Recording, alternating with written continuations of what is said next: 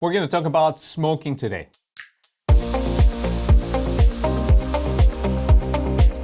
Smoking, the habit that tobacco companies hope never to stop. Cigarette smoking is a major cause of disease and the leading preventable cause. Listen to that, preventable cause of death. Smoking is also associated with many diseases and problems, including osteoporosis, which is brittle bones, skin wrinkling, peptic ulcer disease, which is, heartburn, impotence, which is erectile dysfunction, and even pregnancy complications. Even smoking a small amount, such as 1 cigarette a day, is associated with increased health risks. Quitting smoking has significant health benefits. The sooner you quit, the greater the benefits. People who quit smoking before the age of 50 reduce their risk of dying over the next 15 years by 50%, as compared with those who continue to smoke. There are multiple consequences to smoking. Cigarette smoking, for example, doubles a person's risk of developing coronary heart disease, which is what leads to a heart attack. Quitting smoking can rapidly reduce this risk. 1 year after stopping smoking, the risk of dying from heart disease is reduced by about 1/2 and continues to go down over time. Smoking increases the risk of long-term lung diseases such as COPD, which is chronic obstructive pulmonary disease. While much of the lung damage caused by smoking is not reversible, stopping smoking can reduce further damage to the lungs. Cigarette smoking is responsible for almost 90% of cases of lung cancer. Quitting smoking reduces the risk of lung cancer within 5 years of stopping. Smoking also increases bone loss and increases the risk of hip fracture in women. And stopping that begins to reverse the risk after about 10 years, so people have to do it right away.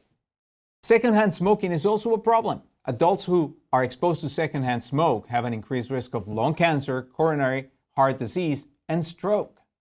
Children who are exposed to secondhand smoke have an increased risk of issues too.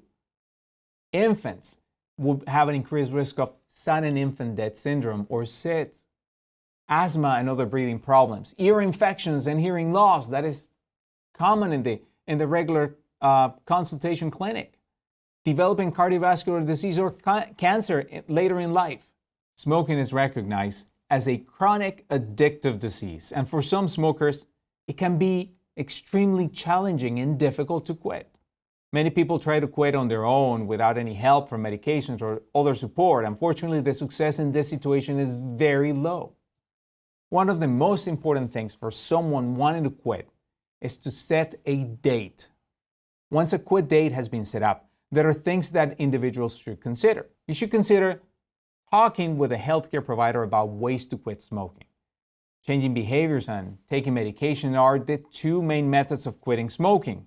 Using both together increases your chances of successfully quitting. Think about, for example, what happened with your previous quit attempts. What worked? What didn't work?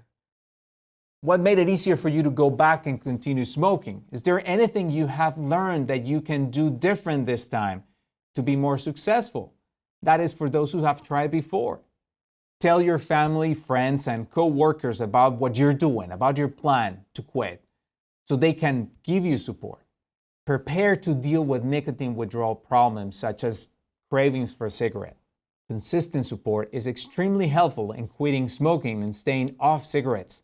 Support can come from family and friends and a healthcare provider, a counselor, or a telephone hotline. In the United States, the 1-800-QUIT-NOW line is available.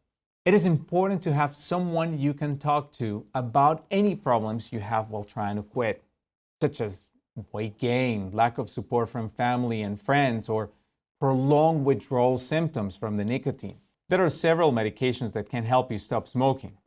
In the United States, some of these are available without a prescription, while others require a prescription.